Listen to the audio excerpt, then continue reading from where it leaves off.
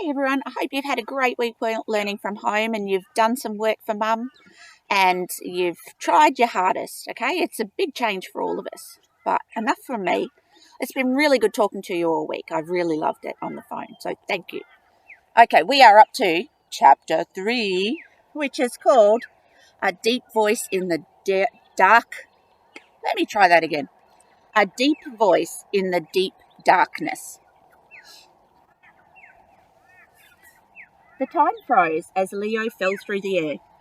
He might have been yelling, or it might have been Abby yelling. He couldn't tell for the whooshing of air around him. It wasn't right, he reflected, to have so many deathly experiences in a single day. The shark, the near drowning, and now this, whatever this was. At least now I know what bungee jumping feels like, thought Leo. Except there was no bungee cord, only gravity and solid rock far beneath him.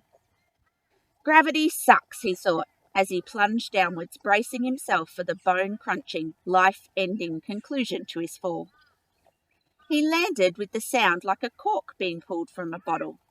Instead of being bone-shattering, it was spongy and wet and soft. Mossy even. Moss! Yes, he had landed in a great mattress of moss. Only it was swallowing him now, and he found himself plummeting again, but in total darkness, down a vertical tunnel. His stomach was in danger of bursting out of its ears, and he wished that the gut-churning journey would just end. It did, very suddenly and peculiarly. He had collided with a large animal that was blocking the tunnel. Whatever the creature was, Leo had landed hard on its back. As he scrambled to keep his grip on it, he saw a pinprick of greenish light far below and realised just how deep the tunnel was. Had the furry, growling animal he was clinging to not be there, he would surely now be a pile of splattered bones below. The animal huffed with familiar irritation. Leo saw that it wore a backpack and was wearing clothes, albeit very stretched one. "Abby?" he said. The animal was much hairier than Abby, much hairier. It was covered in hair, and it was much bigger and more simian. But Leo felt instinctively that it had to be Abby nonetheless. Night must have fallen, bringing with it Abby's power to turn. Leo clumsily touched her face in the darkness. Her mouth protruded far from her head. He felt for her nose, but instead found a pair of flat nostrils, and realised all too late that his fingers had poked into them. She huffed angrily and swiped him with the back of her powerful hand. "Sorry," Leo said, almost falling off her back. He wiped his fingers on his cargo pants. "That's some good turning, Ab," he continued. "Inspired, actually.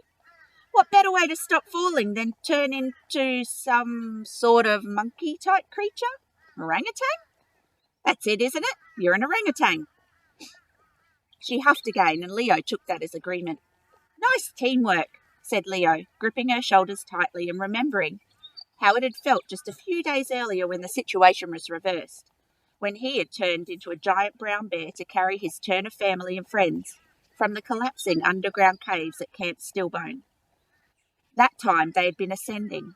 This time, the only way to go was down.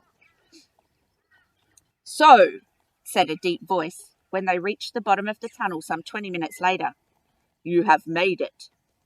Made it, made it, made it. The last words echoed off. Leo slid slowly from Abby's back and peered around the cave for a source of the voice. It was an odd, throaty baritone, originating from an undefined point in the darkness. The glow that had helped them navigate the precarious climb down the tunnel had been replaced by a dark green hue that illuminated nothing. It was as if the darkness had simply been painted green. Leo found it deeply unsettling. "You mind switching on a light or something?" called Abby. She had returned and was straightening her clothes in the darkness. "It's been kind of a pain in the butt getting here, and frankly, I'm over trying to guess where the hell we've been all this time. And you have no idea how much my left leg is hurting right now. It's still bruised all over from a near-death accident we had, escaping from a mutant beast in an underground cave at my dumb little brother's school camp." "I'm not dumb," muttered Leo. There was a low, gruff chuckle, followed immediately by an echo. A small aqua glow began to radiate from a pinpoint in the distance. It resembled a radioactive apple floating in the air. "That must be Leo and Abby Lennox," said the voice from somewhere near the tiny orb of light. "You are just as Emerson described you. Please come closer." Again the last words echoed off the walls. "Come closer, come closer, come closer, come closer." Leo was relieved to hear the name of the ancient scientist who had sent them here, but he wasn't sure if they should follow the voice. "What do we do?" he whispered to Abby from the corner of his mouth. "Well, it's not like we can climb back up," said Abby, staring towards the light. Leo hurried after her. As they pressed forward, he noticed the greenish silhouette of a large, bulky figure sitting Buddha-like just beyond the reach of the orb's glow. "You did well to make it here," said the voice. "Make it here, make it here, make it here," said the echo. "How do you know who we are?" said Leo. Again the figure chuckled gruffly. "Because Emerson Trimble designed the entrance so that only a day-turner and a night-turner working in unison could overcome the subterranean booby traps. Booby traps, booby traps, booby traps," said the echo. Abby clipped him across the back of the head. "Sorry," whispered Leo. "I think my blood sugar level is low." The deep voice continued. "The entrance you have just emerged from was designed to keep out all others. Let me guess your method. Swordfish, then chimpanzee?" "Chimpanzee, chimpanzee, chimpanzee," said the echo.